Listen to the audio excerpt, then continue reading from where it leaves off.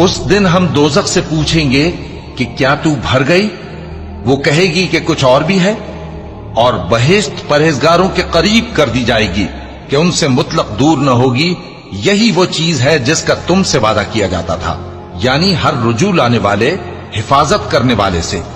जो रहमान से बिन देखे डरता रहा और रुजू करने वाला दिल लेकर आया, उसमें सलामती के साथ दाखिल हो जाओ। ये हमेशा रहने का दिन है, वहां जो चाहेंगे उनके लिए हाजिर होगा। और हमारे यहां और भी बहुत कुछ है। और हमने उनसे पहले कई उम्मतें हलाक कर डाली। वो लोग इनसे कुव्वत में कहीं बढ़कर थे। फिर वो शहरों में गश्त करने लगे, क्या कहीं भागने की जगह है? जो शख्स दिले आगाह रखता है या दिल से मुतवज्जे होकर सुनता है, उसके लिए इसमें नसीहत है। और हमने आसमानों और जमीन को और जो मखलूकात इनमें है सबको 6 दिन में बना दिया, और हमको जरा भी थकन नहीं हुई।